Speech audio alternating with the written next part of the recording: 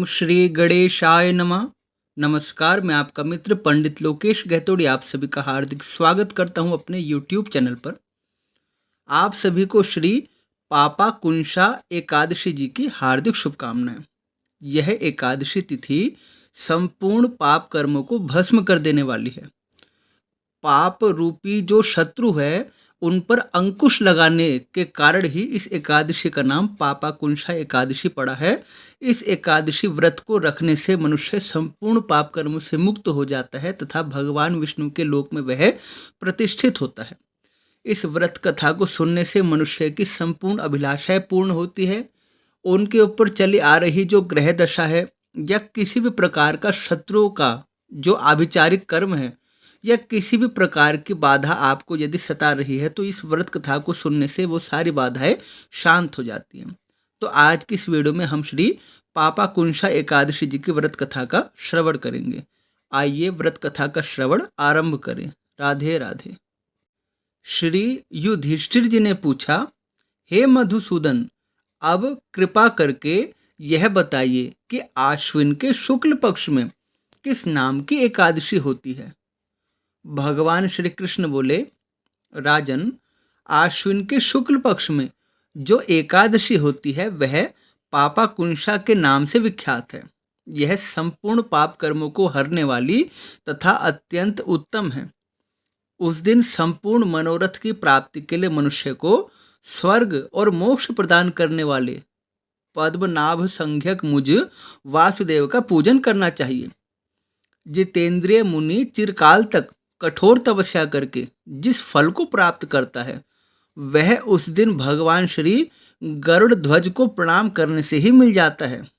पृथ्वी पर जितने भी तीर्थ हैं और पवित्र देवालय हैं उन सब के सेवन का फल भगवान श्री हरि विष्णु जी के नाम कीर्तन के स्मरण से ही मनुष्य प्राप्त कर लेता है। जो शारंग धनुष धारण करने वाले सर्वव्यापक भगवान श्री जनार्दन की शरण में जाते हैं उन्हें कभी यमराज की अथवा यमलोक की यातना नहीं भोगनी पड़ती। यदि अन्य कार्य के प्रसंग से भी मनुष्य एकमात्र एकादशी को उपवास कर ले तो उसे कभी भी यम यातना नहीं प्राप्त होती। जो पुरुष भगवान विष्णु का भक्त होकर भगवान शिवजी की निंदा करता है वह भगवान विष्णु के लोक में स्थान नहीं पाता, उसे निश्चय ही नरक में गिरना पड़ता है। इसी प्रकार कोई शिव भक्त होकर शिवजी का सेवक होकर यदि भगवान विष्णु की निंदा करता है तो वह भी घोर रौरव नरक में डालकर तब तक पकाया जाता है जब तक कि 14 इंद्रों की आयु पूरी नहीं हो जाती।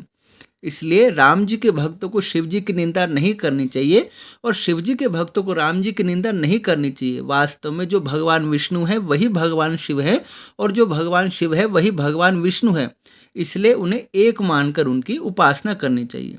यह एकादशी स्वर्ग और मोक्ष प्रदान करने वाली, शरीर को निरोग बनाने वाली तथा सुंदर जीवन साथी, धन एवं मित्र देने वाली है। हे राजन, एकादशी को दिन में उपवास और रात्रि में जागरण करने से अनायास ही विष्णु धाम की प्राप्ति हो जाती है। हे राजेंद्र, ऐसा पुरुष अपने माता के पक्ष की 10, पिता के पक्ष की 10 और अपने स्त्री के पक्ष की भी 10 पीढ़ियों का उद्धार कर देता है। जो एकादशी व्रत रखते हैं वो मनुष्य दिव्य रूपधारी, चतुर्भुज, गरुड़ की ध्वजा से युक्त, हार से सुशोभित और पीताम्बरधारी होकर भगवान विष्णु के धाम को चले जाते हैं।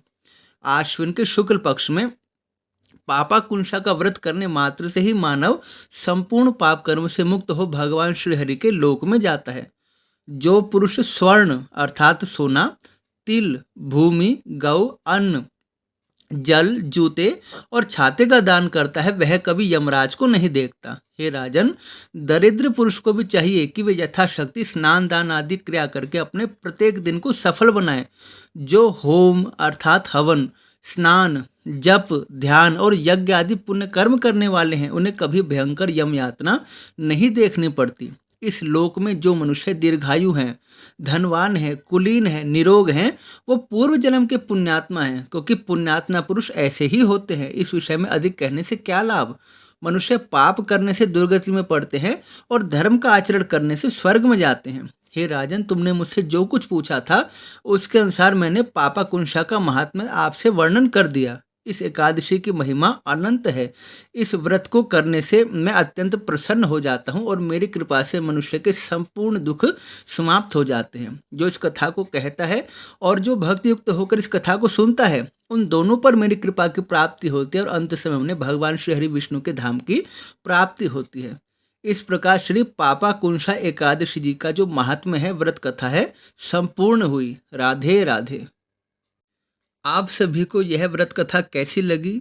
यदि आपको यह व्रत कथा उत्तम लगी तो कृपया कमेंट लाइक करके हमें अवश्य बताएं, और यदि आपने हमारे चैनल को सब्सक्राइब नहीं किया है तो कृपया सब्सक्राइब कीजिए और आगे भी इसे शेयर कीजिए। हमारे चैनल पर आपको इसी प्रकार संपूर्ण व्रत कथा, धर्म संबंधित जानकारी, राशिफल तथा ज्योतिष के तथ्य और आपके जीवन से जुड़ी हुई संपूर्ण समस्याओं का समाधान इस चैनल पर आपको देखने को मिलेगा। इसलिए कृपया इस चैनल को सब्सक्राइब करें और बेल आइकन जरूर प्रेस करें ताकि हमारे आने वाली सभी वीडियो की नोटिफिकेशन सबसे पहले आपको प्राप्त हो सके। मिलते हैं एक अलग रोचक विषय के साथ, तब तक के लिए आप सभी को जय श्री राम।